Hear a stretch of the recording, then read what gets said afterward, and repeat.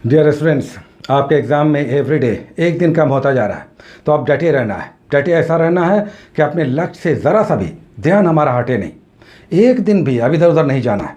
बिल्कुल फोकस्ड होकर बहुत बड़ा आप एग्ज़ाम दे रहे हैं, और ये एग्ज़ाम ऐसा है जिसे आप निकाल सकते हैं। केवल एक और बाधा है, उसके बाद भाग दौड़ किया जाएगा और देखा जाएगा कि उसके प्रैक्टिस से कैसे हम उसे अचीव कर सकते हैं। तो अब बचे हुए दिनों में बिल्कुल केंद्रित रहना है कि हमें अब कुछ दिखाई नहीं देता, केवल एग्ज़ाम और एग्ज़ाम के दिन के प्रश्न हमें दिखाई देते हैं। साथ ही आपका एडमिट कार्ड डाउनलोड हो रहा है, तो आप लोगों ने ये जान लिया होगा कि आपके सेंटर्स कहाँ हैं। तो जिनके सेंटर्स दूर हैं वो एक दिन पहले जाएं और रिस्क ना लें, लेकिन जिनके सेंटर्स नज़दीक हैं, जैसे पटना से गया है, तो बहुत सारे लोग सेम डे भी निकल सकते हैं। चलिए आज के टॉपिक्स करते हैं, जो है 39 नंबर एपिसोड, जिसमें सबसे पहले हम लोग उठाते हैं हिस्ट्री के दो टॉपिक्स, मेडिएवल इंडिया और मॉडर्न से। मेडिएवल में हम लोग दिल्ली सल्तनत कर रहे हैं, समाप्त हो जाएगा आज, जिसमें आज लोधी और सैयद वंश करना। सैयद और लोधी कहें, क्रम से अगर देखें तो पहले सैयद वंश और तब लोधी वंश है। सैयद वंश में ज़्यादा कुछ नहीं है, इसके केवल संस्थापक और एक दो नीतियाँ आप कर लें। हाँ, लोधी वंश इंपॉर्टेंट है, चूँकि तीन शासक हैं। आगरा की स्थापना सिकंदर लोधी ने की थी, तो बहुत सारा इसमें पक्ष निकल कर आएगा, और फिर पानीपत का युद्ध भी है। तो ये बड़ा महत्वपूर्ण सेगमेंट हो जाएगा, छोटे स्तर पर, बहुत ज़्यादा लंबा नहीं है। लेकिन यहाँ पर एक चीज़ जो बहुत इंपॉर्टेंट है, जिसे आपको करना चाहिए, और वो है सल्तनत काल का प्रशासन।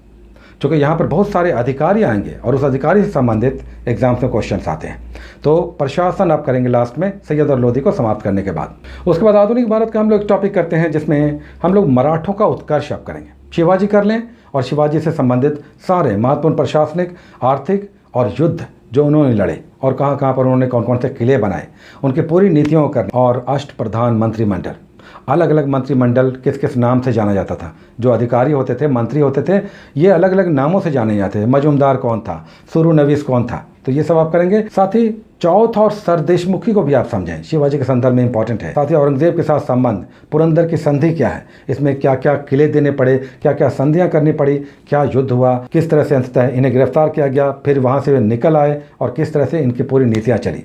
तो इनके जन्म से लेकर इनका अंत, और फिर बीच के सारे घटनाक्रम इंपॉर्टेंट है। उसके बाद हम लोग ज्योग्राफी का एक टॉपिक करते हैं, आज बहुत इंपॉर्टेंट है। आज हम लोग नदियाँ कर रहे हैं, रिवर्स ऑफ इंडिया।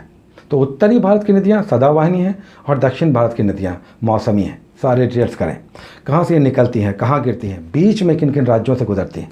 सहायक नदियों पर क्वेश्चन आता है, इन पर बहुत सारे बांध बने हुए हैं, ये भी आता है। कौन डेल्टा बना रहा है, कौन एस्चुअरी बना रहा है, किसे दक्षिण भारत की गंगा और किसे बूढ़ी गंगा या दक्षिण गंगा कहते हैं। बहुत सारे फैक्ट्स हैं, नदियों को करें, आज बहुत इंपॉर्टेंट सेगमेंट होगा यहाँ से। और उसके बाद हम लोग इकोनॉमी आज से स्टार्ट ले रहे हैं।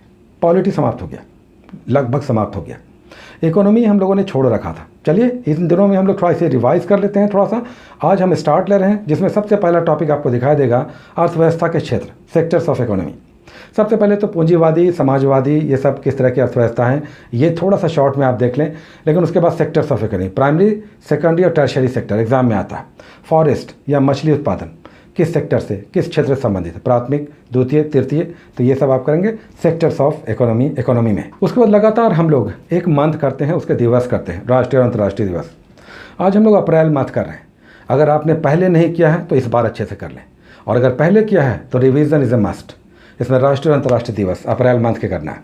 और फिर नेक्स्ट हम लोग एक राज्य ले रहे हैं। अभी एक राज्य में मध्य प्रदेश हम लोग कर चुके थे, छत्तीसगढ़ इंपॉर्टेंट है, चूँकि मिनरल रिसोर्सेज यहाँ पर बहुत हैं, आदिवासी क्षेत्र है, जनजातीय क्षेत्र है, तो इसके डिटेल्स आपने छत्तीसगढ़ में बहुत सारे मिनरल रिसोर्स के साथ कल्चरल डेवलपमेंट बहुत ज़्यादा है, तो ये आप करेंगे छत्तीसगढ़ के संदर्भ में। उसके बाद हम लोग एसपीडी के 2 पेजेस करते हैं, एसपीडी के, और फिर साइंस से एसपीडी के कुछ पेजेस लेते हैं। यहाँ पर हम लोग 2 पेजेस ले रहे हैं मात्र। तो आज हम लोग कर रहे हैं 75 और 76 जीके जीएस वाला जो सेगमेंट है, पेज नंबर 75 और 76 पर जाएं और उसका डिटेल्स करें। हम 1260 वाले एसपीडी से आपको टॉपिक्स देते हैं, लेकिन जिनके पास अधिक या कम वाला है, बहुत ज़्यादा अंतर नहीं है।